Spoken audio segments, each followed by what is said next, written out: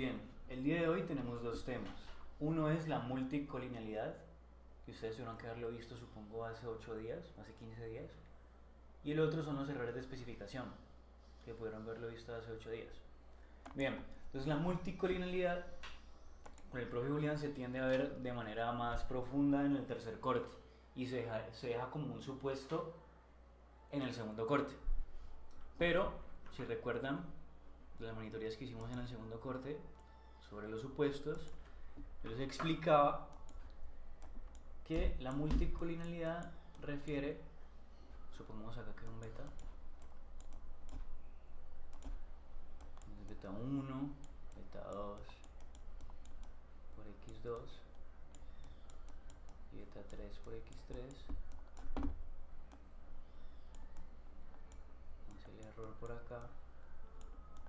Pues la multicolinealidad refiere a la relación entre estos, ¿cierto? En estas variables explicativas. Recuerden que esto es como si fuera uno solo, el beta 2x2 y el beta 3x3. Entonces esto en teoría no debería pasar. Esto debería ser independiente el uno del otro. Y ahora miraremos unas características especiales de la multicolinealidad. Pero en sí es importante la multicolinealidad como supuesto porque es a lo que uno tiende a hacer test en Stata cuando trabaja con bases de datos. Digamos, tú tienes una base de datos y tomas muchas variables, ¿no? Y dentro de esas variables en tu Stata, cuando pones el comando acá, tú corres un modelo con estas variables, los corres, y en los comandos tú debes poner los test de multicolinealidad y de no autocorrelación.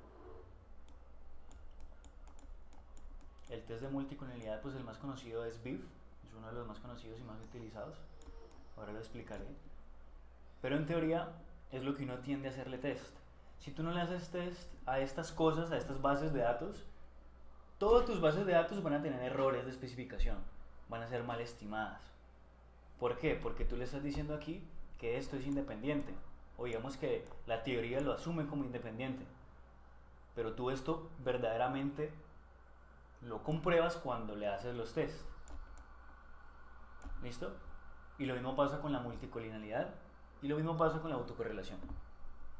Bien, entonces de manera técnica la multicolinealidad es la relación de dependencia lineal. Entonces ya sabemos, gráficamente es una línea en un gráfico, o sea, es esto. Ahora, imaginemos que aquí es una x y aquí es otra x. No la y, sino otra x, una x1 y x2. Si tuvieran dependencia lineal, pues serían algo más o menos así. Generalmente uno tiende a trabajar aquí con una y, que es la dependiente, y una x. ¿Listo? Y varias x, perdón. Varias x. Pero en teoría, si hiciéramos un gráfico de esas dos variables, se vería así. Cosa que no se puede dar. Esto es un error. Tienen que ser independientes. Aquí son dependientes linealmente. El problema de la multicolinealidad es cuando se presenta la multicolinealidad fuerte. Ese es el problema. Es más, de por sí cuando hablamos de multicolinealidad nos referimos a esto, a la dependencia lineal fuerte. ¿Puede haber una débil? ¿Cierto? ¿Puede haber una débil? Pues si hay esa débil no implica tanto problema en nuestro modelo, pero si la fuerte sí tiende a tener un problema importante para especificar nuestro modelo. ¿Listo? Entonces, hay dependencia lineal fuerte entre más de dos variables explicativas en una regresión múltiple. ¿Y por qué múltiple? Ya les voy a explicar. ¿Qué incumple el supuesto de Gauss-Markov cuando es exacta? Ahora bien, si vamos acá, hay una diferencia importante entre la colinealidad y la multicolinealidad. La colinealidad, ¿cierto?, es una relación entre dos variables. Entonces aquí yo les pongo un ejemplo, un x1 y un x2. Eso es una colinealidad. ¿Listo? Es una colinealidad. La multicolinealidad es entre más de dos. O sea, es entre un x1, un x2, ¿cierto? Un x3, un x4, por ejemplo. Es entre más de dos variables. O sea, entre esto que está a la derecha de la regresión. Bien. Entonces, eso es un problema porque al tener multicolinealidad eso incumple el supuesto de Gauss-Markov. Cuando volvemos nosotros a los supuestos, nos encontramos con este cuadrito que el profe lo puso ahí, es un cuadrito muy famoso. Pues estos supuestos los inventaron estos dos personajes, Carl Friedrich Gauss, el de la campana de Gauss, y Andrei Markov, un ruso. Entonces juntos crearon los supuestos Gauss-Markov. Y esos supuestos se supone que para hacer un modelo de regresión pues hay que cumplirlos todos. Cuando nosotros incumplimos uno de esos supuestos pues estamos cayendo en errores. El de la multicolinealidad es este, mira, no debe haber multicolinealidad. Es importante cumplir con todos. De por sí, como les decía, uno casi siempre cumple con este, ¿cierto? Cumple con este. Uno cumple con este. Con este. Pero es difícil cumplir con estos tres. De esos tres, lo que es la autocorrelación, la multicolinealidad y la homoelasticidad, todos tienen posibilidades de ser evaluados a través de test en el Stata. Entonces tú los evalúas y si cumples con esos test, tienes a cumplir, pues tú apruebas y todo tu modelo está perfecto. Entonces volvamos otra vez. La multicolinealidad es la correlación alta entre más de dos variables explicativas, lo que les decía, entonces entre un x2, un x3 y un x4. Pueden haber casos donde solo sean dos. Y aquí viene el problema.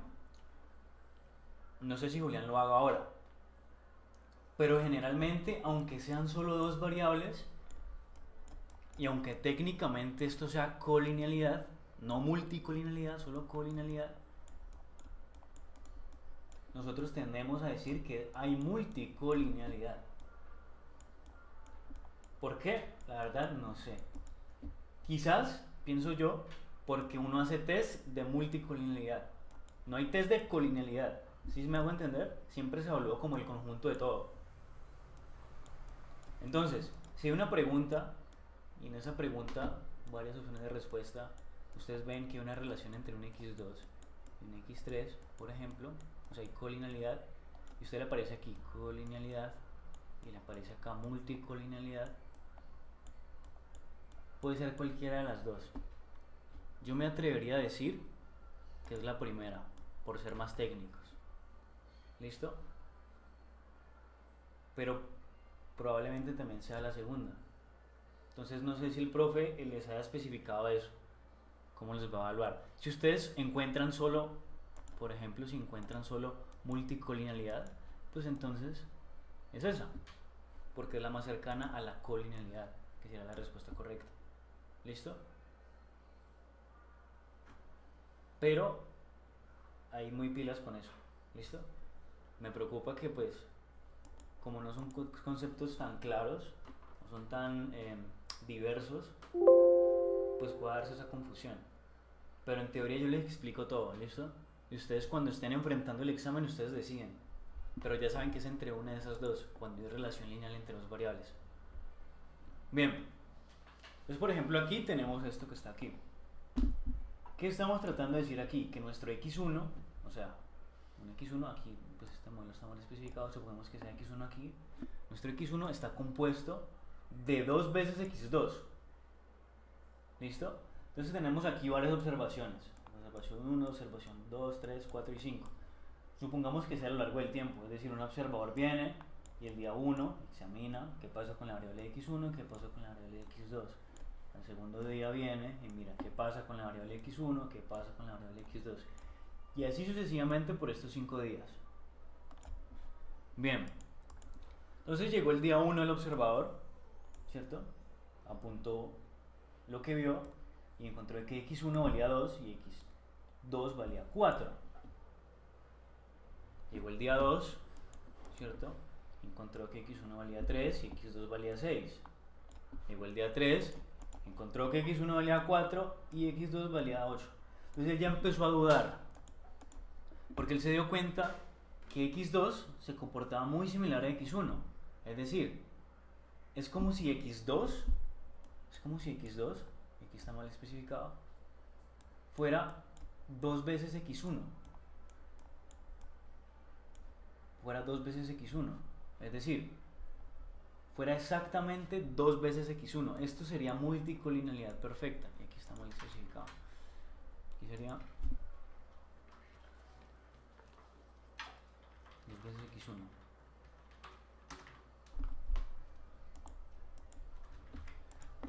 Es decir, si nosotros reemplazamos los valores, vamos a entender que, en este caso, en esta fórmula que creamos de manera artesanal, encontramos que si x1 es 2, pues sería 2 por 2, 4. Entonces x2 valía 4. Y encontramos que cada vez que aumente x1, aumente x2. Entonces vemos que hay una relación entre esas dos variables. ¿Listo? Y eso no debe suceder dentro de un modelo de regresión. Más ratito hablemos de soluciones. Entonces esto técnicamente sería colinealidad. Ahora, puede haber multicolinealidad y es simplemente lo mismo pero con más variables, con más de 2. O sea, puede ser con esta y con esta. No sé, aquí también están mal especificados. Sería x4 y sería x3. x2 sería x1. Guardemos. Listo. Entonces aquí pasa lo mismo. x2 es 2 veces x1. Y x4 es 4 veces x3. ¿Está bien escrito? No, es cierto que no está bien escrito. 2, 4, 6. Sería aquí 6. 3 veces. 2, 4,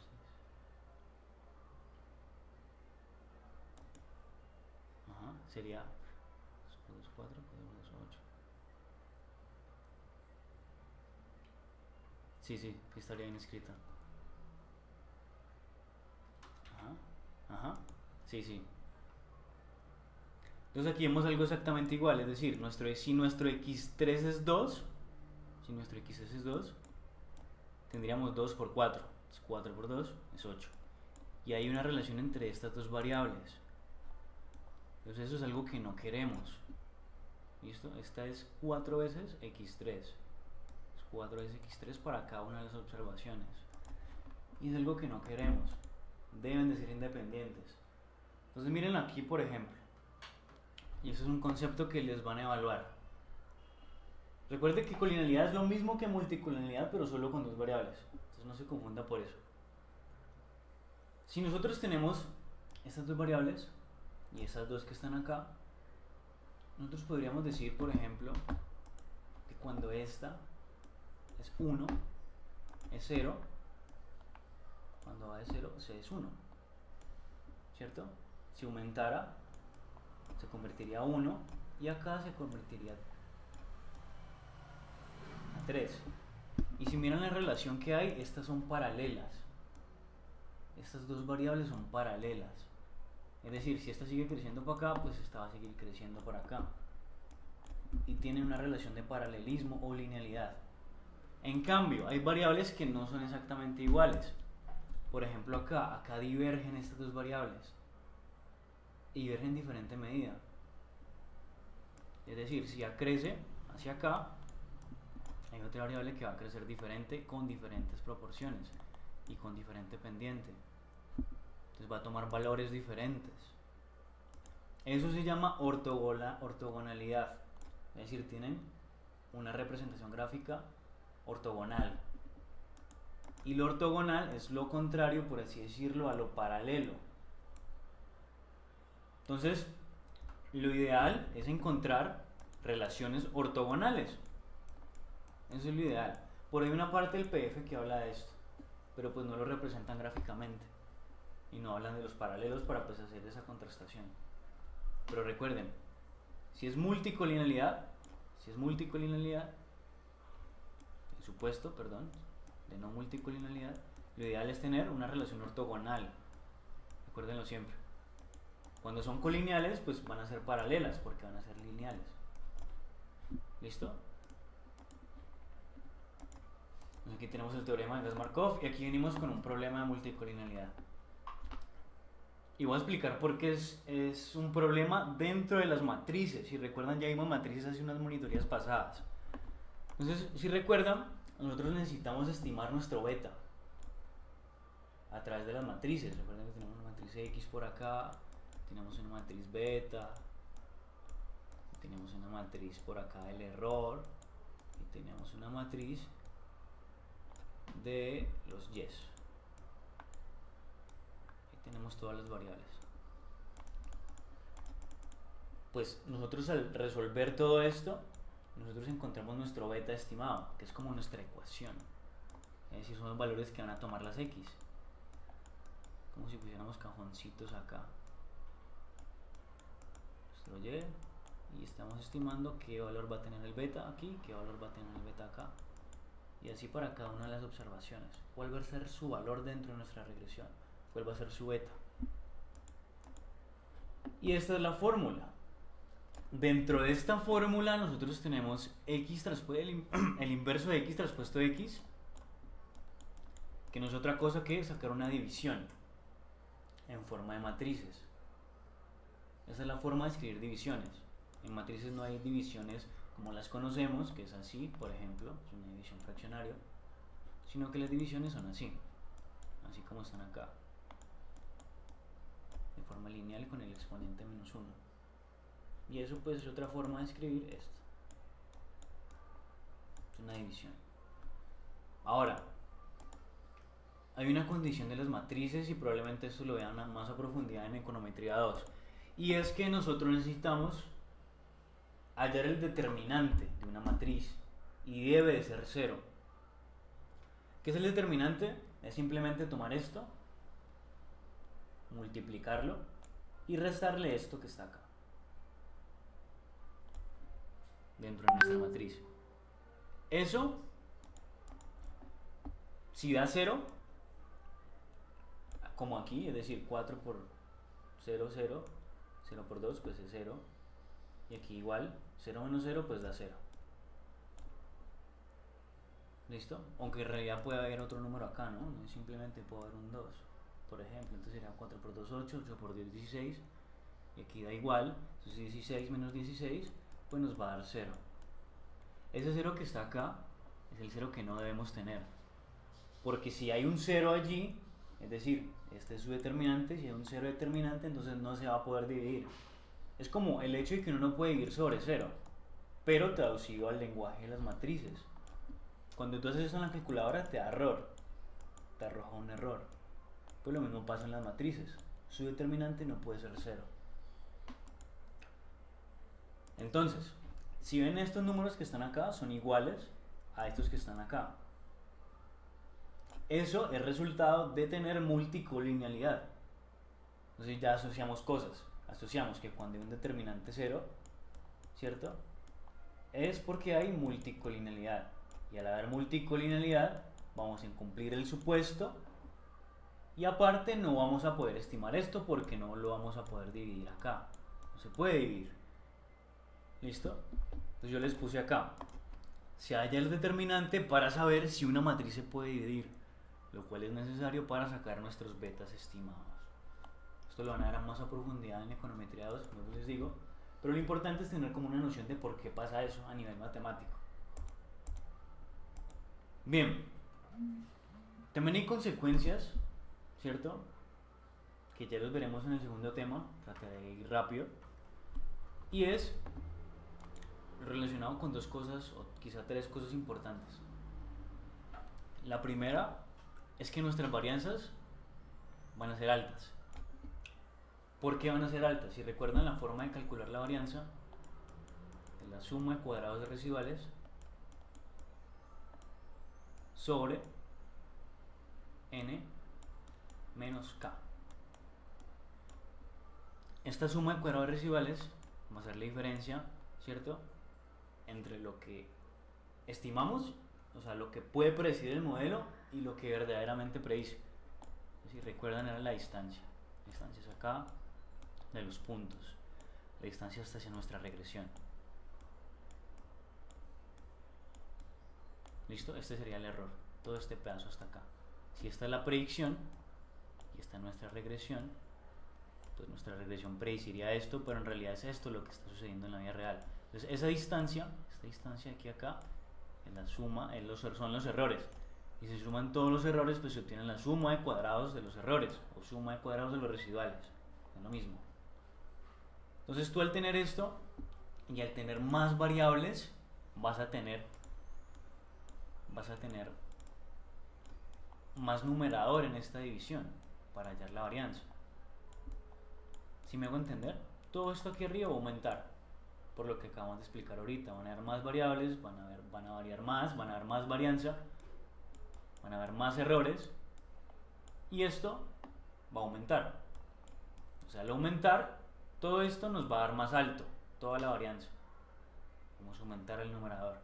Entonces, al final, una varianza alta significa algo que no es adecuado con la realidad. Uno trata de que la varianza sea lo más mínima posible. ¿Listo? Pues esto no está bien, tener una varianza alta. Entonces es un error también cuando hablamos de multicolinealidad, el problema de la varianza alta. Aparte de eso, tenemos una tendencia al no rechazo de la hipótesis nula. Es decir, si recuerdan, nuestra hipótesis nula, cuando hacíamos las pruebas de significancia, era decir que nuestro beta estimado era igual a 0. O sea, que no valía nada dentro de nuestro modelo. O sea, que al multiplicarlo por nuestra x, pues, como era 0, esto era 0, pues iba a cancelar todo y no iba a ser significante la variable. Pues cuando hay multicolinealidad, es más probable que eso pase. Que no se rechace. Que no se rechace la hipótesis nula de que el beta 2 de que los betas, son iguales a 0. Se acepte. Yo sé que estos temas pueden ser complejos de hablar, sobre todo porque son lenguajes muy técnicos, pero a medida de que ustedes se relacionen y tomen propiedad de estas cosas, los van a poder dominar.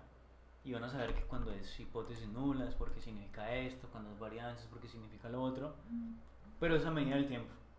¿Listo? Yo sé que eso es un poco complicado. Bien. Y la otra causa de la multicolinealidad es que nuestros estimadores son sensibles a pequeños cambios. Es decir, nuestros betas estimados, resultado de este proceso, mínimos cuadrados ordinarios, va a ser sensible a pequeños cambios. Por ejemplo, como hacíamos ahorita con las observaciones, voy a volver a la diapositiva acá. Miren acá. Miren este cambio tan pequeño, lo que crea cuando hay multicolinealidad. Si cambiamos de 4 a 5, es decir, aumentamos en una unidad, nuestro beta aumenta en 2 unidades, nuestro x2. Imagínense si hay una multicolinealidad, por ejemplo, acá de 10. Entonces tendríamos aquí que un aumento de 1, pero acá habría un aumento de 10. O imagínense que sea 1000, pues acá va a aumentar en 1000. Y ese es un problema. Va a ser muy sensible a cambios pequeños. Puede pasar eso. Entonces nuestro modelo debe ser, por eso, independiente en sus variables explicativas, en sus x.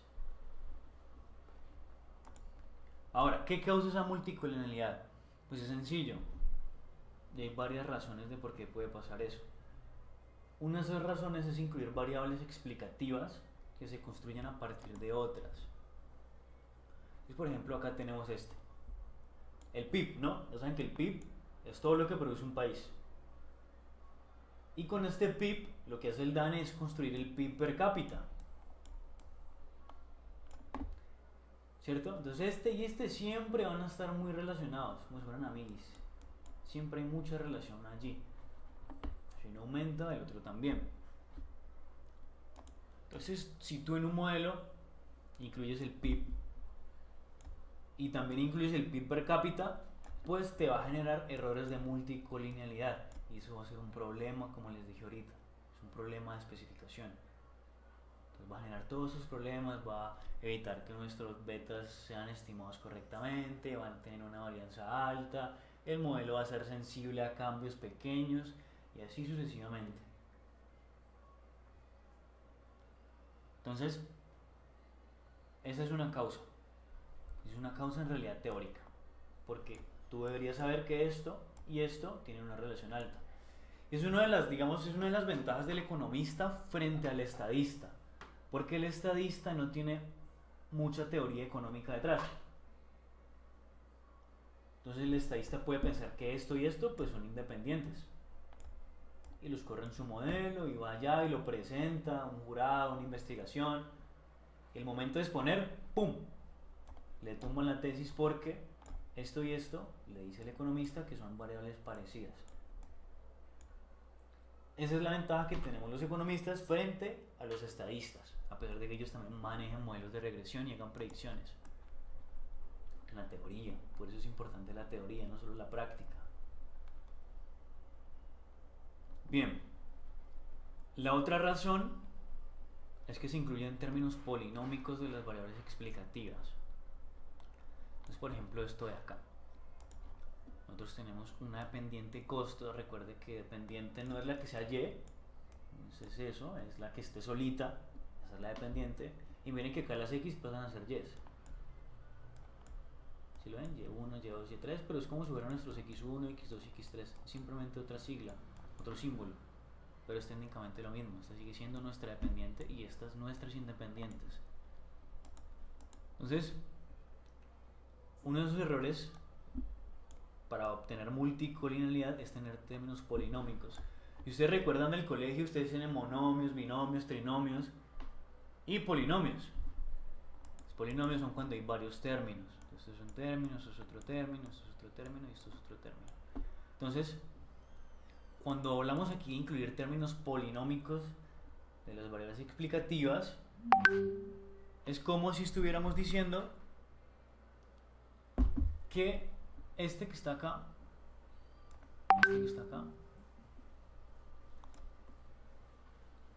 es resultado de este que está acá.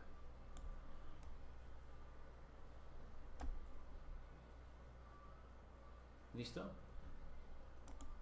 Porque eso es polinómico, porque es como si estuviéramos diciendo que son demasiadas variables, ¿cierto? Y que como son demasiadas variables, lo más probable es que nuestro modelo haya multicolinealidad y nosotros no lo estemos teniendo en cuenta. Y uno en realidad encuentra muchas investigaciones así, es decir, que tienen un y y tienen como 20 variables explicativas por acá, 20 términos polinómicos, ¿cierto? Y uno dice, bueno, pero ¿cuál de todas es? ¿Cuál de todas son las variables explicativas? Y corren eso y ¡pum! Les dio significativo y ni lo presentan y todo. Pero cuando hacen el test de multicolinealidad, le dan multicolinealidad alta en varias de sus variables. Y es por eso, porque prefirieron aumentar variables en vez de tener las variables más significativas, más útiles. Así sean poquitas. Por eso es común encontrarse con investigaciones que tienen menos de 10 variables, quizás 5 o menos. 5 variables. Es común encontrarse con eso. Pero son 5 variables que, a pesar de que sean poquitas, son significativas, cumplen con todos los supuestos, generan teoría nueva, validan teoría anterior, son útiles. En vez de tener 20 que pues van a estar allí estorbando y van a hacer que esto se incumpla, el test de multicolinealidad. Recuerden que lo ideal es no tener multicolinealidad. Lo otro es acá incluir variables que reflejen un mismo factor o comportamiento. Es decir, por ejemplo aquí en el ejemplo que pone Julián, tenemos ingreso y tenemos riqueza. Pues el ingreso y la riqueza son básicamente lo mismo. Es decir, cuando tú como encuestador, tú eres un encuestador, supongamos del DANE, tú le preguntas a una persona, bueno, ¿cuál es su ingreso, ¿no? Por su trabajo? Pues, ¡pum! Va a pensar en el salario. Y la mayoría de personas también cuando les preguntan riqueza, pues van a decir, ¡pum! El salario. Va a ser la riqueza mensual.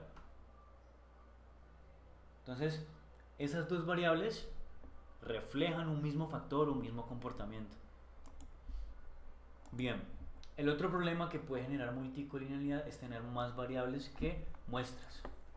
Lo que les expliqué ahorita, es otra forma de decir esto. Son demasiadas variables.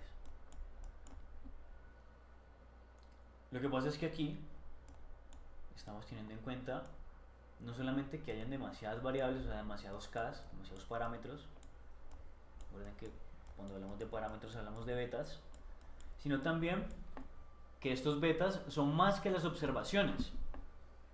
Es decir, supongamos que estamos analizando 100 individuos, ¿cierto? 100 individuos. Y por acá tenemos 4 variables, ¿cierto? Ahora supongamos que lo aumentamos a 8, pasa a ser 8.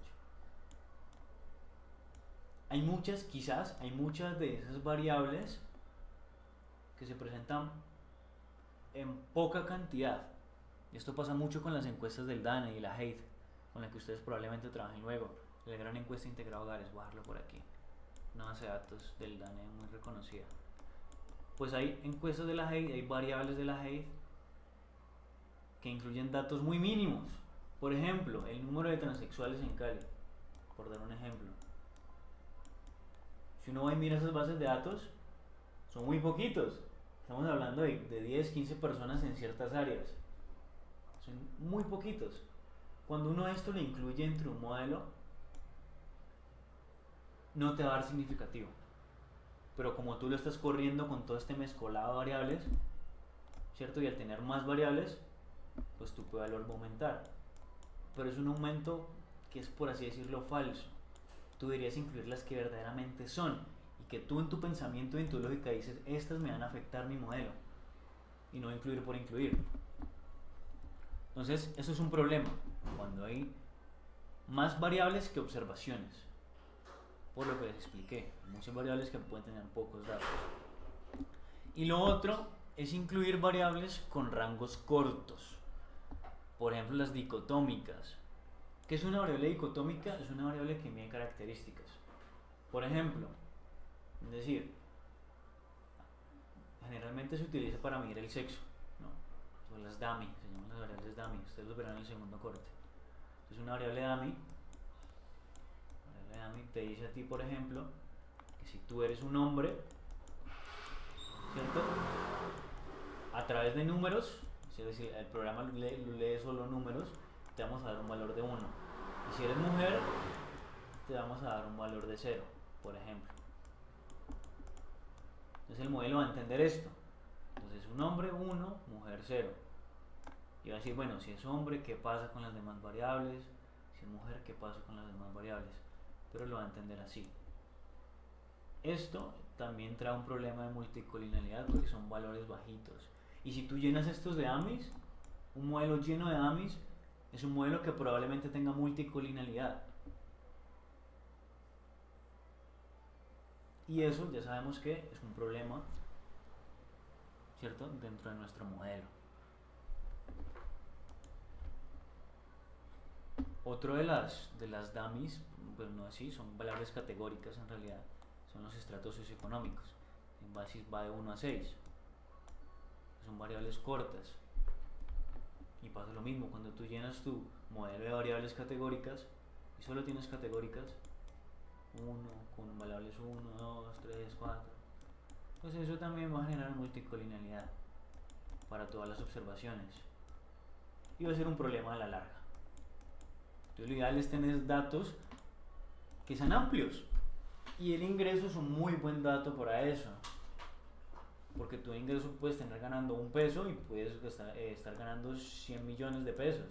Entonces miren que el rango es demasiado alto. Y eso es lo ideal. Ustedes, por ejemplo, van a encontrarse, incluso antes de terminar la carrera, la posibilidad de que ustedes lo incluyan en una investigación. En realidad el economista siempre lo buscan para esto, para hacer investigaciones y manejar bases de datos. Entonces puede haber un profesor por allí que te diga, muchacho, tengo una base de datos. Vea, esta base de datos la vamos a publicar en un artículo, vamos a ponerlo usted como coinvestigador, va a tener usted crédito, va a tener más posibilidad de que lo contraten porque va a estar publicado. Y usted dice, de una, ya aprendí econometría, ya sé correr modelos, de una, profe, venga, le ayudo con eso. Usted se compromete. Cuando voy a mirar la base de datos, vas a encontrar cosas como esta. Pregunta 1. ¿Está usted contento con su empresa, sí o no? Pregunta 2. ¿Usted es casado, sí o no? Pregunta 3. ¿Tiene usted mascota, sí o no? Y la mayoría de preguntas son sí o no, sí o no, sí o no. ¿Qué puede hacer usted con esto? Solo pone 1 al sí, 0 al no. 1 al sí, 0 al no. 1 al sí, 0 al no. Y cuando va a ver qué correr, no va a encontrar ningún dato numérico. Ninguno. Ninguno. Incluso en el ingreso, muchas preguntas tienen a decir, ¿usted gana entre 1 y 100 mil millones de pesos? ¿Sí o no? Y esas preguntas son asquerosas, la verdad. Porque tú no puedes trabajar con esas preguntas. Va a ser todo sí o no, sí o no, sí o no. Y no te va a permitir cumplir con estos supuestos, con estos supuestos del modelo de regresión. Y te va a dar un modelo que es falso. Tu R cuadrado va a ser súper bajito, bajito. Lo ideal es que preguntaran por otros datos aquí, por otros datos acá. Y en especial con el ingreso, que la persona te puede decir cuánto gana. Pero tú le decís preguntar, ¿gana entre 1 y 100 mil millones? ¿Sí o no? Ese es un problema. Y es un problema que en realidad no se ha solucionado aquí en la universidad, porque a muchos administradores que encuestan a empresarios pues les hacen ese tipo de preguntas. Y el administrador va y le muestra esto a un economista, y el economista ¿qué le va a decir? Yo con esto no puedo trabajar, eso a mí no me sirve, no te va a ayudar a predecir nada, no te va a ayudar, esto no es publicable en ninguna parte, te lo van a negar. Entonces lo ideal es trabajar con datos con rangos altos. ¿Listo? No es que uno excluya todas las dummies, no, son útiles, pero que en realidad sean poquitas, que sean información útil. Y no que todo sea sí o no, sí o no, sí o no, 1, 0, 1, 0, 1, 0. ¿Listo? Bien. Entonces, ¿cómo diagnosticamos esa multicolinialidad? Entonces, lo ideal es tener una regla empírica. ¿Listo? Cuando hablamos de empírico es simplemente mirando los datos. Entonces yo aquí corrí, creo que es un modelo que por el mismo Julián corre. Ah, no, este es un modelo nuevo. Donde aquí, por ejemplo, estamos midiendo los costos de una empresa, ¿cierto? Entonces lo que producen, ¿cierto? Y el tamaño de la empresa. Si entra de tamaño 2, si entra de tamaño 3. Y aquí encontramos que el R cuadrado es alto. Miren, aquí está el R cuadrado, R square. Miren que es por arriba de 0,7. Es alto. Y encontramos variables significativas. ¿Listo? Esto en teoría está bien. El problema entonces es cuando encontramos aquí variables no significativas. Y tú dices, bueno, aquí me está fallando. Pum, pum. ¿Por qué no son significativas y por qué a pesar de eso aquí es alto? Pues encontrar esa incongruencia entre la significancia y nuestro R cuadrado es una tendencia y un indicador de que posiblemente hay multicolinialidad. ¿Listo? Probablemente hay multicolinialidad. Es algo que no es deseable. Bien. Miren por ejemplo acá. Aquí hay otro modelo. Creo que es el mismo. Ah, miren acá. Eso se los quería contar, quizá el profe no lo haya hecho. Cuando uno estima un modelo, el Stata de por sí es muy inteligente. El Stata por sí es muy inteligente. Mira, yo incluí, ¿cierto? Nuestra regresión, nuestra dependiente, nuestras independientes. Y aquí incluí otra variable. ¿Sí lo ven? ¿Qué hizo el Stata? Esta y esta están muy relacionadas. Y el Stata sabe que eso no está bien teóricamente. Entonces, ¿qué va a hacer el Stata? Va a omitirla. Miren acá. Tamaño 1 es omitida. ¿Por qué? Porque tiene colinealidad. ¿Listo? Miren que lo especifica técnicamente. Colinealidad y no multicolinialidad. Pero entiende que es un problema y que por eso lo omite. Y no le va a asignar ningún valor. Mira, aparece como omitida en paréntesis y acá aparece con un valor 0. ¿Listo? O sea, el mismo Stata entiende que eso es un problema y no le incluye. A pesar de que usted no se lo pida, automáticamente lo hace. Hay casos donde no lo hace y por eso pues se hacen los tests. Bien. El otro tipo de diagnóstico de esta multicolinialidad son las matrices de correlación lineal. Se corren con el comando cor. ¿Listo? Entonces les leo. Se estima la matriz de correlaciones lineales entre las variables explicativas, y hago aquí un apunte, son las explicativas correlacionales mayores a 0.8. Son indicios de alta colinealidad entre la pareja de variables en cuestión. Entonces aquí tenemos esto. Tenemos nuestra correlación, tenemos variables, y al final nos va a aparecer un cuadrito así, un cuadrito cruzado. Y miren, eso es sencillo. Tú tienes población aquí y tienes población acá. Acá pues se acorta el nombre porque el stata pues no tiene el espacio suficiente, pero pues significa eso, es población. Y entre población y población tiene un ajuste perfecto. Miren que es 1, lo cual es normal. ¿Listo? Es normal que sea 1. Población y población pues son las mismas, es 1, un 1 perfecto. Entre marketing y marketing también pasa lo mismo, es un 1 perfecto. Entre publicidad y publicidad también pasa lo mismo, es un 1 perfecto. El problema viene entonces cuando es marketing y cuando es otras variables. Ahí sí llórelo. Y es lo que está pasando aquí. Marketing y población nos arroja un valor de 0.8, muy cerquitita al 1. Eso es un indicador de que hay multicolinealidad. Y eso es un problema. Eso es un problema. Ahora miren este caso que hay acá. Es un problema mucho mayor. Miren publicidad y miren marketing. Al final nos da un valor de 1. Nos da 1. Nos da perfecto. Hay multicolinealidad perfecta. O sea, este modelo de por sí no debería incluir estas dos variables. Entonces, lo ideal es eliminar una, pero ahorita vamos a ver cómo solucionamos eso. Miren acá este otro. Correlación de educación, sexo, estado civil y jefe. Me da 1 aquí, en educación y educación, sexo, sexo, estado, jefe. Miren que tiende a ser una diagonal con puros valores de unos, porque son las mismas variables. Y lo importante es lo que está debajo de ese diagonal de unos. Entonces miren este, sexo y educación. Es decir, este valor que está acá. Nos da negativo, o sea que estamos diciendo que a medida que aumenta el sexo, disminuye la educación. Por ejemplo, o a medida que aumente la educación, pues el sexo va a ser diferente. O sea, está diciendo que hay una disparidad de sexo y educación. O sea, que pueden haber más hombres educados o más mujeres educadas.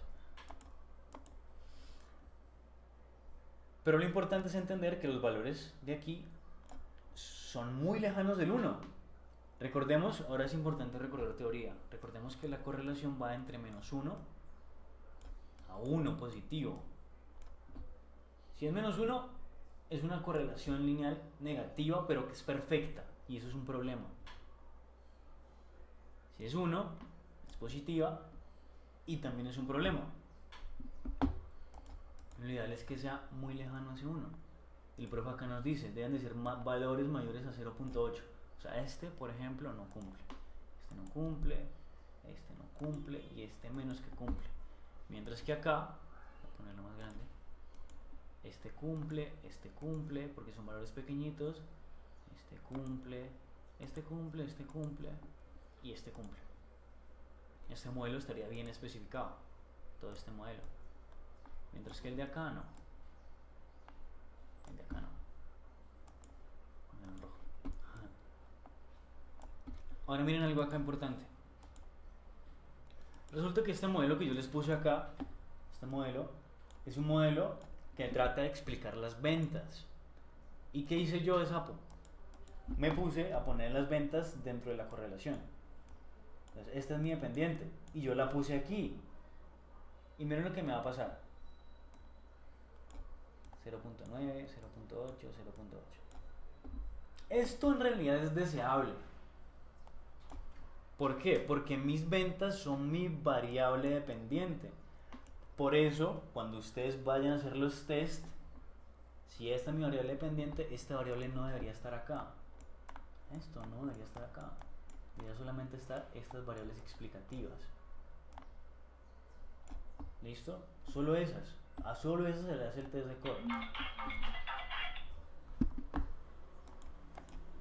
Miren aquí. La relación entre estas variables es alta, es mayor a 0.8. Pero eso es ideal, porque yo debería tener una correlación entre entre mi dependiente y mis independientes. Esta y esta. Eso está bien. Ahí el tonto fui yo que la puse dentro del test. Pero en realidad esto está bien. El problema es cuando hace usted la correlación entre las demás variables. Entre estas que están acá. Estas no son problemáticas. Estas son mis explicativas, son mis X. Esta es mis Y.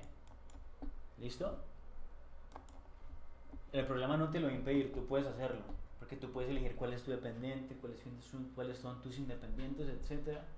Pero lo ideal, lo que se debe hacer, es hacer test solo sobre las X, no sobre la Y, no sobre la dependiente. Por eso les decía, entre variables explicativas.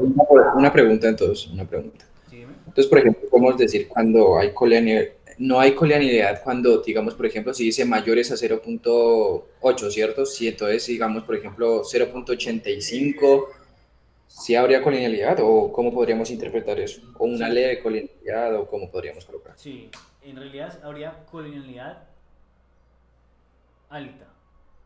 Y eso es lo que yo les decía en un principio, ese es el problema, la colinealidad alta. Por ejemplo, aquí técnicamente hay colinealidad. Aquí, mira, hay valores, no son cero, pero en realidad está bien. ¿Listo? Es aceptable. Mientras que acá, como son valores mayores al 0.8, pues esto no es aceptable. Y si tú miras la lógica detrás de eso, vas a encontrar que pues tiene razón. Por ejemplo, el marketing y la publicidad son variables muy parecidas. Son variables muy parecidas. No deberían incluirse las dos al mismo tiempo dentro de un modelo. ¿Sí me hago entender? Es más, creo que el marketing es la palabra en inglés de la publicidad. O sea, Ah, sí. entonces ese es el problema y muchas veces encontramos con eso. Y en economía pasa mucho eso. El ejemplo clásico, el PIB y el PIB per cápita. O por ejemplo, yo alguna vez les puse el ejemplo del PIB real y el PIB nominal. ¿Cierto? Son en realidad la misma cosa. Solo que uno tiene inflación y el otro no. Pero en realidad son la misma cosa. Entonces, esas cosas deben de evitarse dentro de un modelo de regresión. Entonces, sí, a tu pregunta, sí, a los mayores de 0.85 porque tienen colinealidad alta. Ok. Listo. Creo que alguien está diciendo que la acepten. Listo. Bien, entonces aquí vamos con el factor de inflación de varianza. Esa es otra prueba.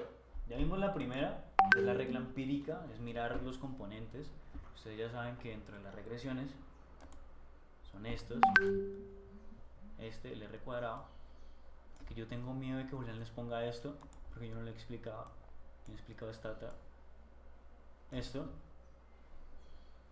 el R cuadrado, y los P valores. Ya saben que deben de ser menores a 0.1, 0.05 y 0.01. Que salimos del 0, el 1, el 10, el 5%. Valores de significancia.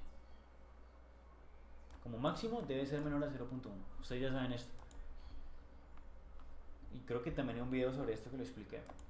Pero en teoría, deben de fijarse en esto, en el P valor y en el R cuadrado.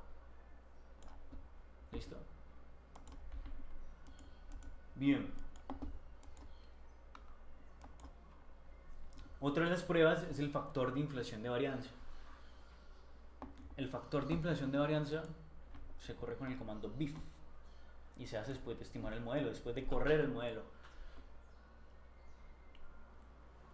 Esto mide exactamente lo anterior, pero es el más utilizado. Es el más utilizado. Y se hace a través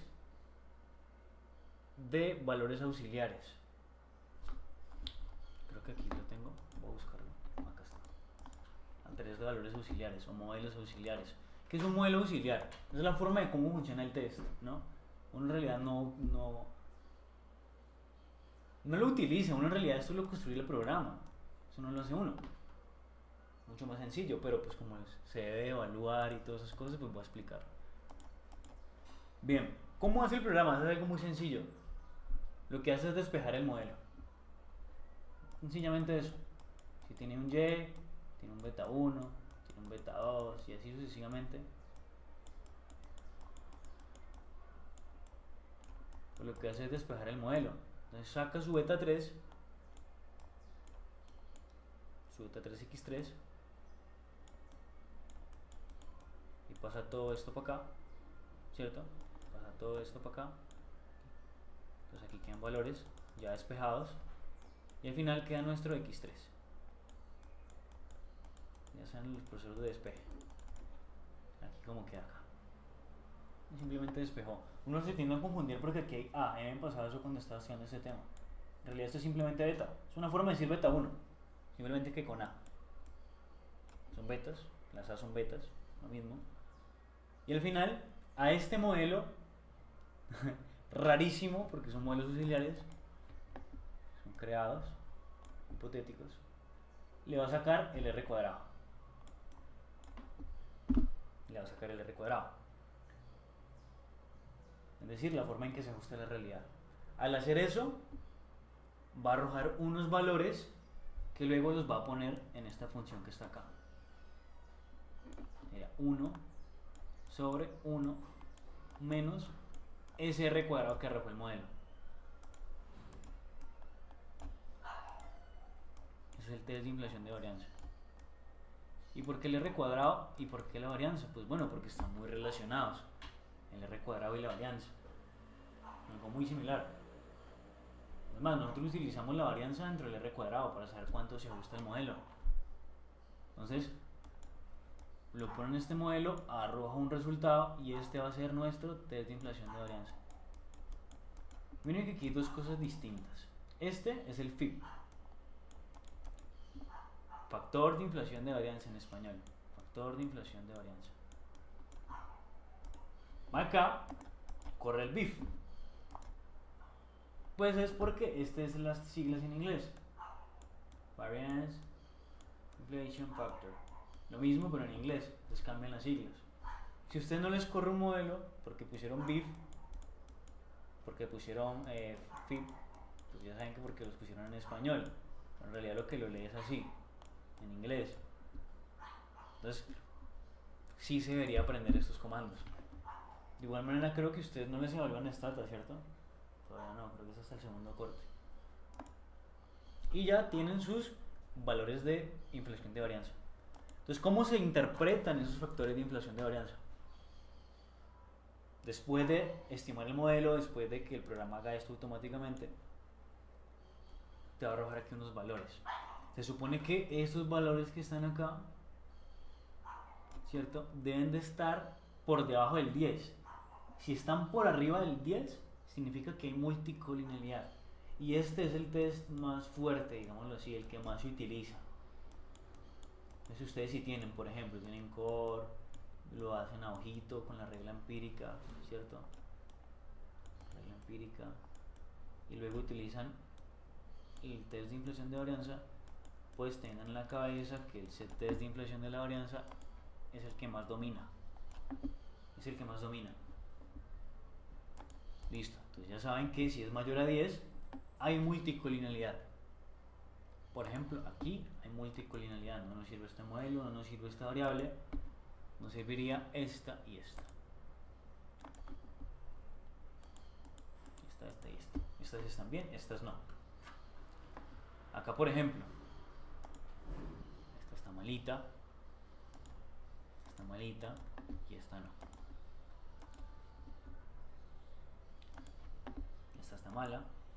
Esta está mala y esta no. Y si tú observas, casi siempre aparecen en pares. Es decir, las que están relacionadas son estas dos.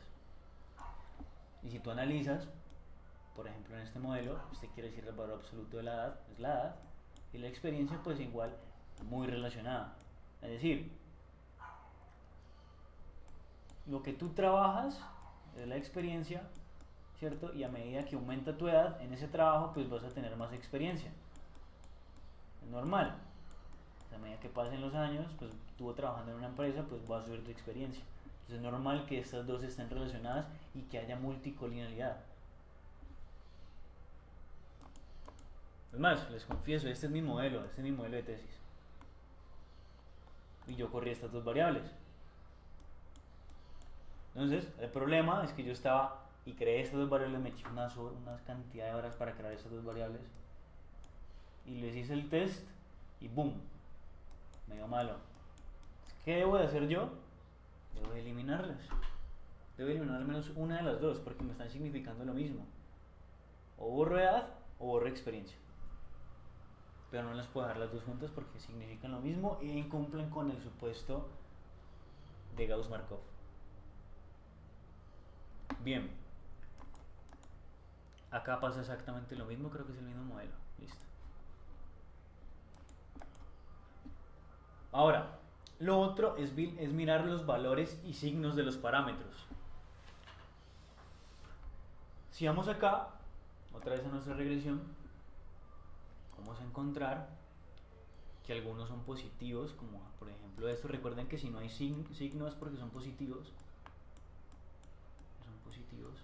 Es más, voy a poner este para que no se confundan. Este es el modelo que está bien hechecito. Son signos positivos, signos positivos, signos positivos, signos positivos. Y voy a explicar un poquito de qué trata este modelo. Este modelo evalúa los costos, ¿cierto? A través del tamaño de la empresa, por ejemplo. Este es un tamaño, este es otro tamaño. Si el tamaño aumenta, o sea, si tengo más personas empleadas, aumentan los salarios, es normal que aumenten mis costos, ¿sí o no? Es normal. Pero imagínense que no pasa eso. Imagínense que yo aumento mi tamaño, ¿cierto? Y resulta que mis costos disminuyen. Entonces mi modelo quedaría con un signo negativo. Y uno dice, bueno, pero si estoy aumentando mi empresa, si estoy pagando más salarios, ¿por qué eso disminuye mis costos? No tiene sentido. Entonces tú allí, a través de ese análisis lógico, tú te vas a dar cuenta que probablemente hay multicolinialidad. No es normal que eso pase. Entonces eso refiere entonces a esta forma 4 de evaluar valores y signos de los parámetros. ¿Listo? El valor es simplemente el valor del coeficiente. O sea, por ejemplo, en este, de un valor de 83. Es alto, ¿no? En teoría es alto. Y uno espera que sea así. Espera que aumente significativamente, ¿no? Demasiado. Al aumentar mis salarios, pues aumentan mucho mis costos. Pero por ejemplo, yo tengo aquí bananas o comida pequeña, en pocas cantidades. Obviamente eso va a aumentar mis costos, ¿no? Porque yo le estoy regalando bananas a mis empleados. Pero no debería hacerlo demasiado, debería ser muy, muy poquitico. Muy poquitico que querían aumentar mis costos. Eso también se evalúa. El tamaño del coeficiente. Esos son los valores de mi coeficiente. O sea, independiente su valor, mi otro independiente su valor, y así sucesivamente.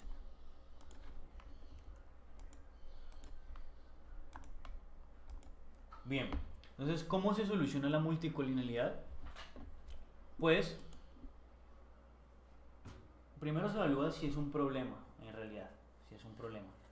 El profe aquí lo define como un problema de grado. Generalmente sí hay multicolinialidad, pero si es bajita no implica un problema. Entonces, si tenemos algunos indicios de multicolinialidad, pero los parámetros son significativos, como en el modelo arriba, y sus signos son los esperados, entonces se podría no implementar alguna medida correctiva, ¿cierto? Se puede dejar tal como está.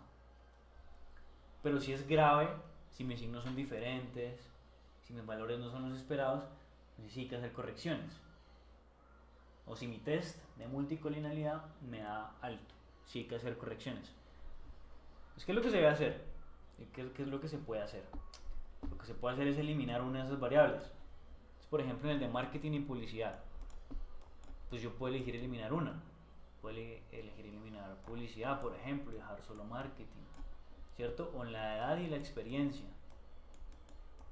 Pues yo podría borrar la experiencia, ¿cierto? Y dejar la edad. El que usted considere más relevante. ¿Listo? El que considere más relevante. Porque si usted saca una que no es relevante para corregir su problema de multicolinialidad, está cayendo en otro problema. Es el sesgo de exclusión de variables relevantes, que ahora lo voy a explicar en lo que queda, este es más cortito. Y lo otro que se puede hacer es construir una variable nueva, eso se llama un análisis multivariado, a través de lo que ya se construyó. Entonces, por ejemplo, es como si definiéramos una variable, no sé, gastos, y en esos gastos, por ejemplo, incluyéramos publicidad y marketing. Entonces ya esas dos se unieron en una sola. Y ya puedo estimar mi modelo bien hecho. Ya se puede correr. O lo mismo con la edad. Hay experiencia para una variable que sea, por ejemplo, tiempo. Ya hay experiencia. Ya con eso, ya el modelo corregido, ya puedo incluirla dentro de mi modelo. Entonces tengo una opción: eliminar una, construir una a partir de otras, o ponerle restricciones fuertes al modelo. ¿Qué quiere decir esto? Es simplemente dejar que el modelo siga malo, pero al momento de usted sustentarlo, decir, miren, eso pasa porque la teoría dice que así debe de ser. Usted va y lo expone allá y se enfrenta a todos sus jurados, diciendo, no, pues que mi modelo, mi teoría, dice que a pesar de que pase eso, debe de considerarse. Es un supuesto fuerte y debe estar respaldado por una teoría. Por ejemplo, acá, en la función de producción Cobb-Douglas, con los rendimientos constantes a escalas. Pues que no los quiero explicar y no me acuerdo muy bien, pero en teoría presentan ese problema. Y aunque lo presenten, pues es esperable que lo presenten, usted puede sustentarlo con esta teoría. Entonces hay muchas soluciones en realidad. Puede no hacerse nada porque no implica mucho problema, y si implica mucho problema, hacer una de las tres: o elimino una variable, o construyo, o lo sustento con teoría. Sencillo. Y listo. Hasta allí tendríamos multicolinealidad. Ahora vamos a explicar errores de especificación. Ustedes, si recuerdan, tienen esta tablita del profe Julián. Ahí tenemos variables relevantes, irrelevantes exógenas y variables endógenas. Y aquí hay tres problemas.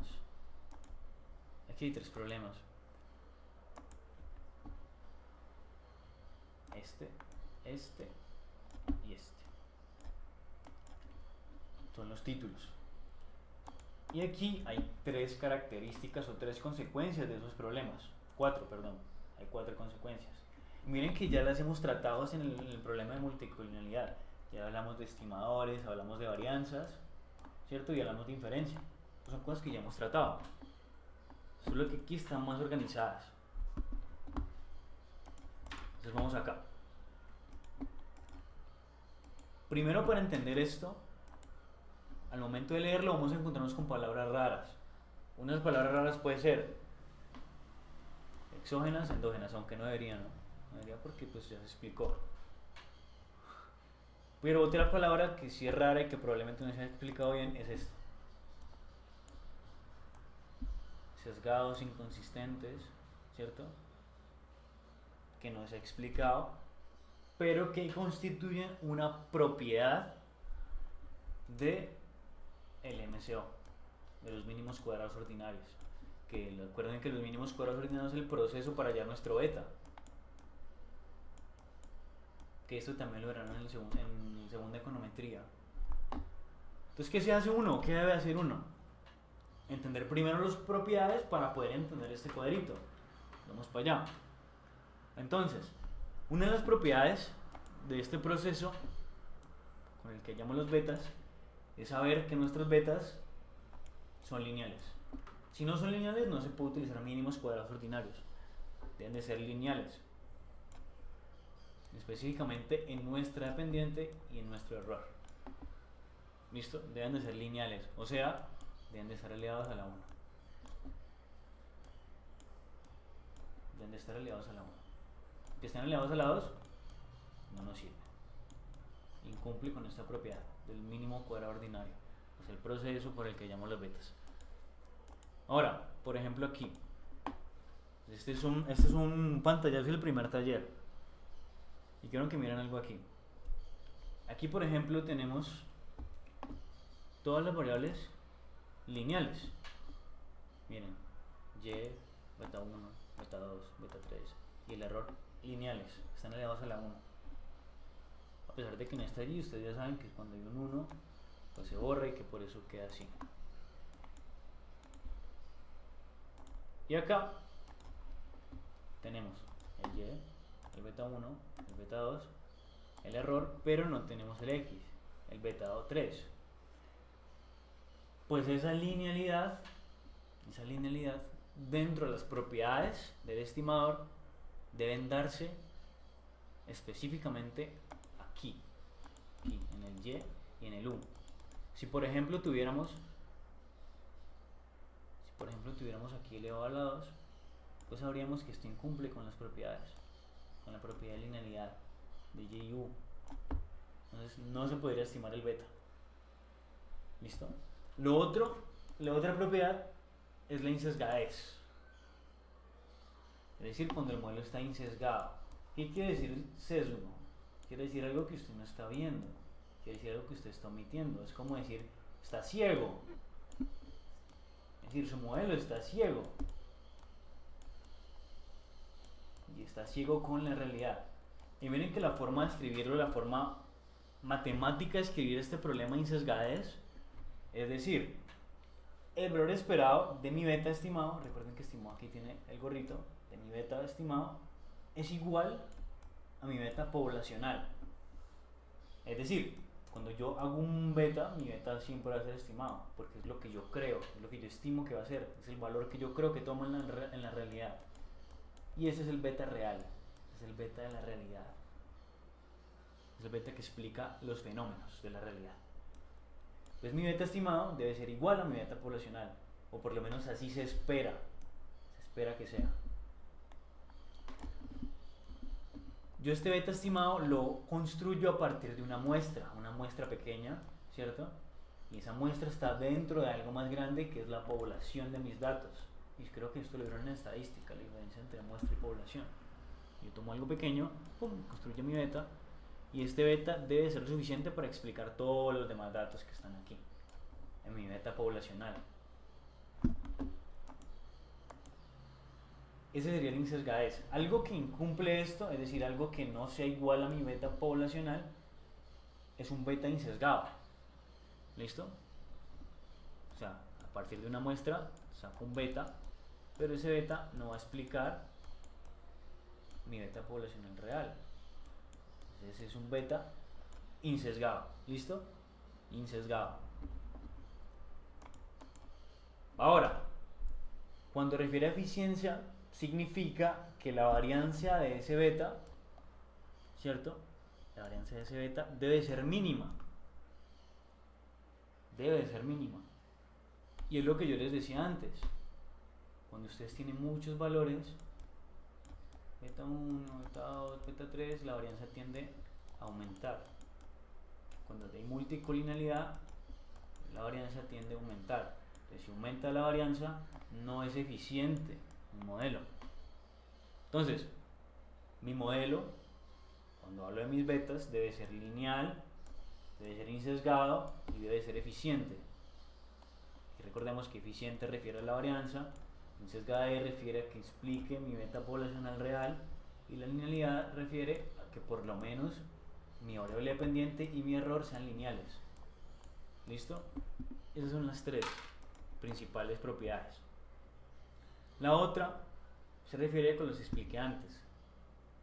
A que mi n, que son mis muestras, al ser más grandes, es más posible demostrar que mi beta estimada se va a parecer a mi beta poblacional. Es decir, por ejemplo, si yo tengo esta muestra chiquita, tengo esta población, mi muestra, voy a tener un modelo. Listo, voy a tener un modelo, pero si yo tengo una muestra más grande, es más probable que explique más los datos poblacionales. Y si tengo una mucho más grande, pues es mucho más probable que explique mis datos fuera, mis datos poblacionales. Y así sucesivamente, si aumento mis número de observaciones, mis datos, mis n's, es más probable acercarme a ese valor. Eso en matemáticas se llama límite. Es decir, el límite de aquí mi beta 2 estimado, se acerque a mi beta 2 poblacional. Entonces aquí yo les construí esta tablita que está acá con las propiedades y traté como de resumirla lo más pequeño posible y lo más entendido posible. Entonces mi linealidad, mi propiedad de linealidad, va a referir a que mis parámetros son elevados a la 1. La ensesgadez refiere a que mi beta estimado es igual a mi beta poblacional. La eficacia es que la varianza es la mínima posible y la consistencia es que al yo aumentar las observaciones, pues está más cerca de lo real, de lo poblacional. Esta y esta son muy parecidas, ¿listo? Esta y esta son muy parecidas, pero en esta abajo incluye n, mi número de observaciones. Mis números de observaciones. Bien, entonces empezamos. Ya queda muy poquito.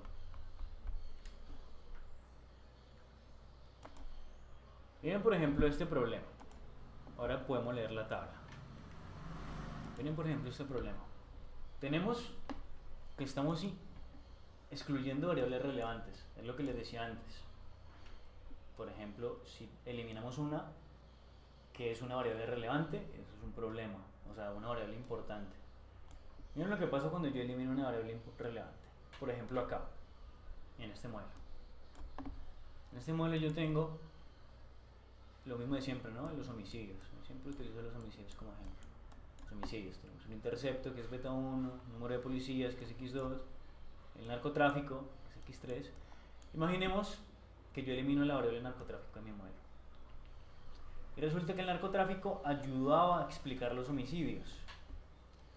Pues resulta que al yo hacer eso, al yo eliminar una variable importante, voy a tener problemas al correr mi modelo, porque si era importante esa variable narcotráfico. Entonces voy a tener, respecto a mis estimadores, voy a tener betas sesgados. Recuerden que estos son betas, en realidad las A son betas, no se olviden de eso, betas sesgados e inconsistentes, o sea, betas que no van a explicar mi parámetro poblacional, ¿cierto? Y que van a incumplir con mi supuesto de que sean consistentes, o sea, de que mis números de observaciones probablemente no van a explicar la realidad. Lo otro es que tenemos una varianza mal estimada. Y lo que yo les decía, esto se refiere al supuesto de consistencia. Perdón, el supuesto de consistencia también. De eficacia, perdón, el supuesto de eficacia es el que está acá. Este. Se refiere al de la varianza. Este. Al de eficacia. Este. Entonces al hacer eso, miren acá. Al hacer eso, yo voy a tener un modelo con un SCR, o sea, una suma de cuadrados residuales mucho mayor. Mucho mayor. ¿Por qué?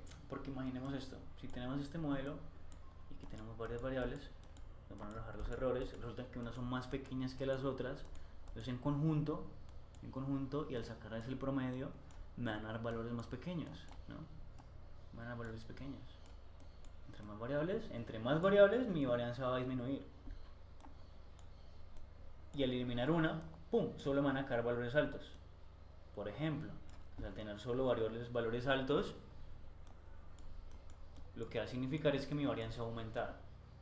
Y es normal, estoy aumentando por aquí, estoy aumentando por acá. También lo puedo explicar desde el denominador, es decir, recuerden acá, al yo aumentar mis variables, pues va a aumentar el denominador, por así decirlo. En realidad esto es un castigo, ¿no? Es un castigo, pero si tiende a ser más, es un problema. Si tiende a ser más, es un problema, pero recuerden que incumple mi supuesto de que la varianza sea la mínima posible. ¿Listo? Entonces, si incumple ese supuesto, entendemos que está mal especificado, está mal diseñado.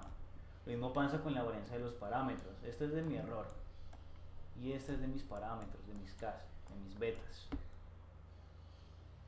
Lo otro es que la inferencia estadística va a ser no válida. ¿Por qué? Porque si mi varianza es alta, mi error estándar, que se construye a partir de esa varianza, recordemos que el error estándar es la raíz de la varianza,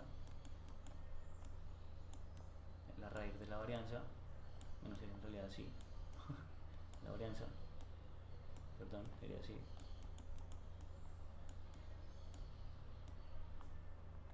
Pues va a ser mucho mayor de lo que en realidad debería ser. Entonces va a ser no válido. Entonces sí estamos teniendo en cuenta todos estos variables, todos esos factores, ¿cierto? Que son resultado de incluir variables, de excluir variables relevantes, como en este caso es el narcotráfico, que sí me ayuda a explicar mis homicidios. Entonces esta variable debería de incluirse y el hecho de eliminarla está mal, es una mala acción. Pasa lo mismo cuando incluimos variables irrelevantes.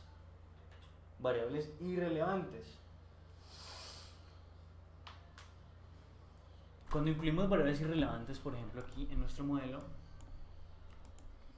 tenemos lo mismo, homicidios, tenemos mis interceptos, tenemos número de policías, tenemos narcotráfico, número de policías, y tenemos otra variable adicional que es la venta de helados. Y uno dice lógicamente, bueno, pues que la venta de helados no influye en nada en mi modelo. Y sí, tiene razón, no influye en nada. En ese caso sería una variable irrelevante. Y miren que aquí es algo importante porque está especificando que son exógenas. O sea, que es independiente. Está fuera del modelo. No es independiente, es exógeno. No, o sea, el hecho de que hayan homicidios no aumenta la venta de helados, el hecho de que hayan policías no aumenta la venta de helados, el hecho de que haya narcotráfico no aumenta la venta de helados, es un evento aparte, eso es algo exógeno a mi modelo. Entonces yo lo incluyo, pum, lo pongo ahí con su beta. ¿Qué va a pasar con mis propiedades? Pues mi estimador será insesgado, pero será consistente. Miren que no incumple esa propiedad. Mi varianza será afectada levemente.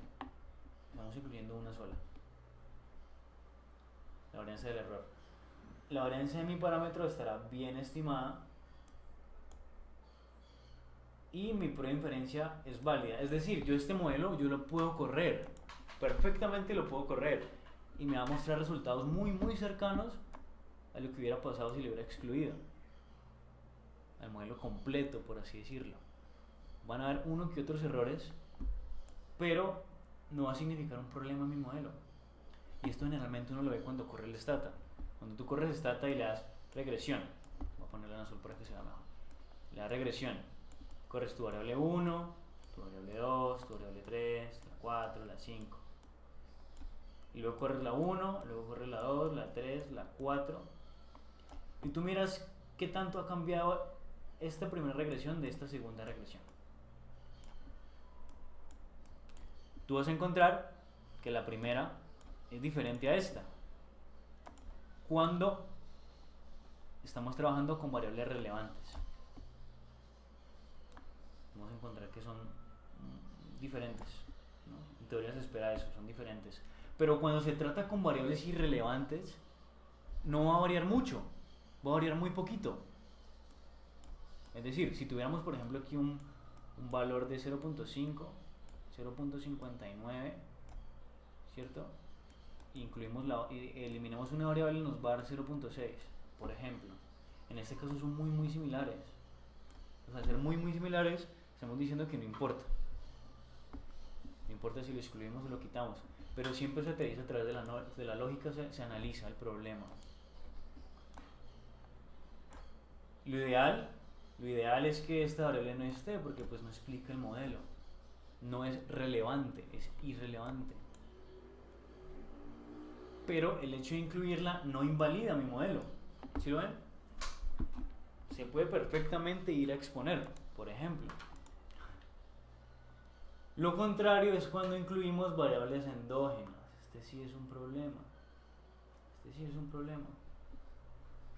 porque recordemos que la endogeneidad se presenta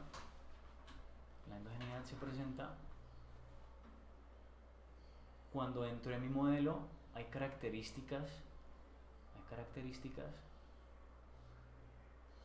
que toman mis variables y que se repiten en otra parte. Generalmente se hace a través del error. Ese es el problema de la endogeneidad. No sé si lo recuerdan. Pienso una forma mejor de explicarlas. Cuando estamos hablando de Y, por ejemplo, cuando estamos hablando de Y de los homicidios, una variable endógena de los homicidios pueden ser los cadáveres, ¿cierto? Aquí, por ejemplo, cambiamos cadáveres.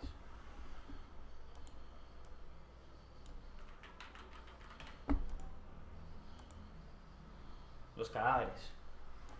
Entonces, se entiende obviamente que los cadáveres y los homicidios son un problema al incluirlos en un modelo porque son muy similares. Son muy similares esta y esta. Mis homicidios y mis cadáveres.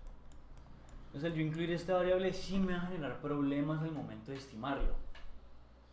¿Y qué va a pasar? Que mis estimadores van a ser sesgados e inconsistentes, va a estar mal estimada y mi inferencia estadística va a ser no válida. O sea, mi modelo no se puede presentar en ningún lado. Me va a darle pena correr un modelo así, lo que no pasa con este modelo de acá. A pesar de que uno incluye variables así y lógicas, no afecta a mi modelo, pero acá sí lo afecta mucho, sobre todo porque esta estaría muy correlacionada con mi variable homicidios. Entonces, esos son los problemas de incluir estos errores de especificación. Es decir, usted como investigador, como econometrista, debería ser capaz de incluir modelos bien estimados, con las variables que son, corriendo los modelos que son, haciéndole los test adecuados.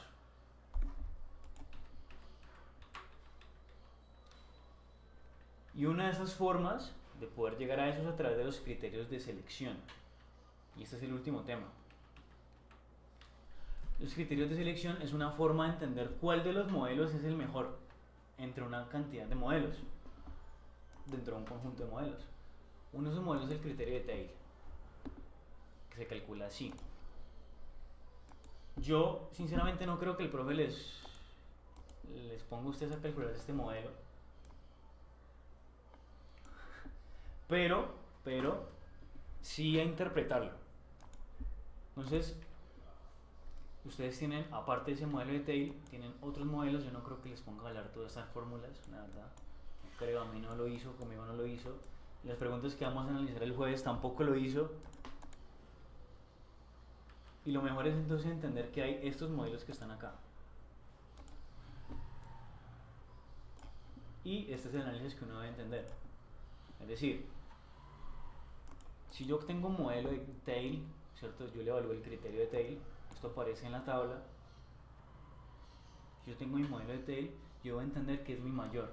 O sea, el análisis debe ser mayor. Es decir, yo tengo un 10 y tengo un modelo con 11, pues yo debería elegir el que tiene 11. ¿Listo? Debería elegir el que tiene 11 y no el que tiene 10. Pero lo contrario pasa con los demás criterios de selección. Es decir, si yo tengo, por ejemplo, acá un 9 y tengo acá un 8, pues yo cuando esté evaluando acá yo debo elegir el 8 y no el 9. Y esa es la clave para entender este problema. Taylor es mayor, todos los demás son menores. Taylor es más, todos los demás son menos. Es así de sencillo. Dentro de todos esos, el que se debe elegir es el menor. Es el menor. Y pues de la manera en como lo evalúa el profe, voy a mostrarles las preguntas del parcial.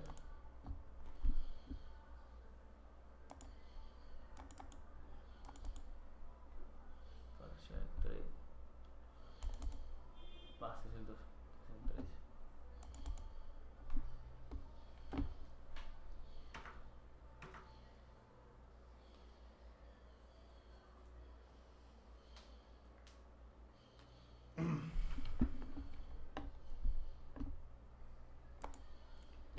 Miren, de la manera que los evalúa él lo que hace es utilizar varios criterios al mismo tiempo.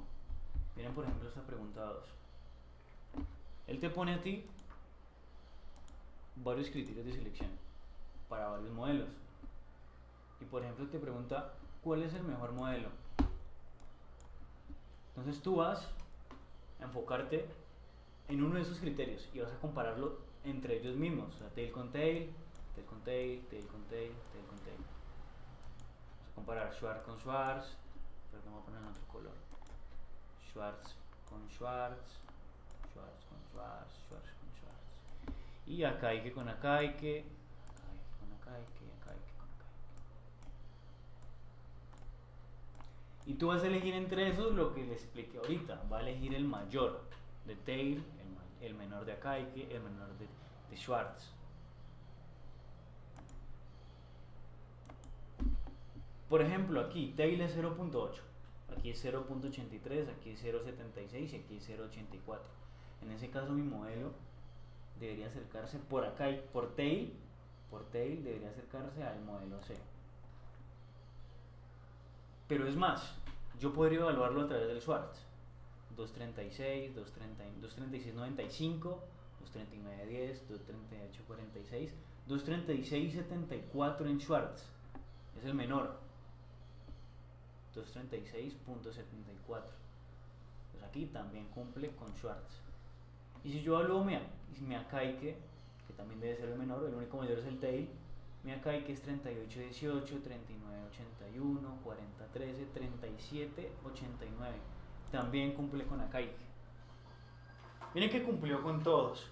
De por sí, creo yo que ninguno va a haber uno que te impida dar un análisis. Todos los criterios deberían apuntarte hacia un solo modelo, hacia el mejor modelo estimado. En este caso la respuesta sería la D, por ejemplo. Aunque si llega a pasar de que como que no te concuerdan los datos, tú debes saber que el modelo que debes utilizar es el Schwartz o bayesiano. Eso es importante porque genera mucha confusión. El Schwartz es el mismo modelo bayesiano y es el que predomina por sobre todos los demás. Es más, ustedes pueden ir a la fija, ustedes pueden simplemente evaluar el criterio Schwartz y el resto ignorarlos. Y sobre ese podrían trabajar y deberían de dar la respuesta correcta. A lo mejor de que el profesor se equivoque, ¿no? ¿Qué puede pasar? Pero en teoría debería dar la respuesta correcta. Vamos a ver acá si hay otro criterio de evaluación. No creo que es el único ejemplo. Sí, es el único ejemplo. Ya saben que Schwartz predomina por sobre todos los demás. Y listo, compañeros, creo que terminamos la monitoría de hoy. Hoy fueron 2 en 1. No sé si tienen alguna pregunta, algún tema. Ninguna. Igual creo que dijiste que vas a hacerla desde el parcial, ¿cierto? O el día del parcial.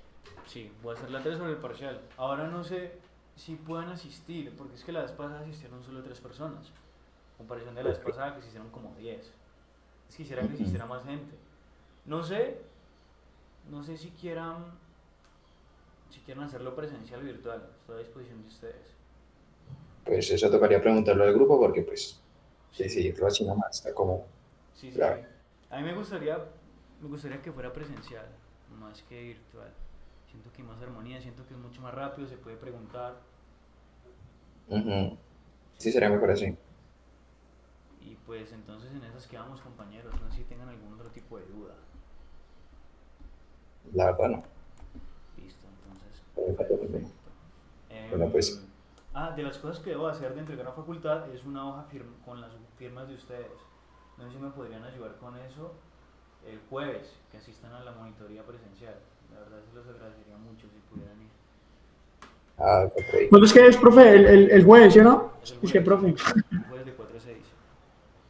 Listo, de una. Listo, muchachos. Dale, pues. Entonces, Gracias. listo, muchachos. Entonces nos vemos el jueves. Allá estaremos. Bueno.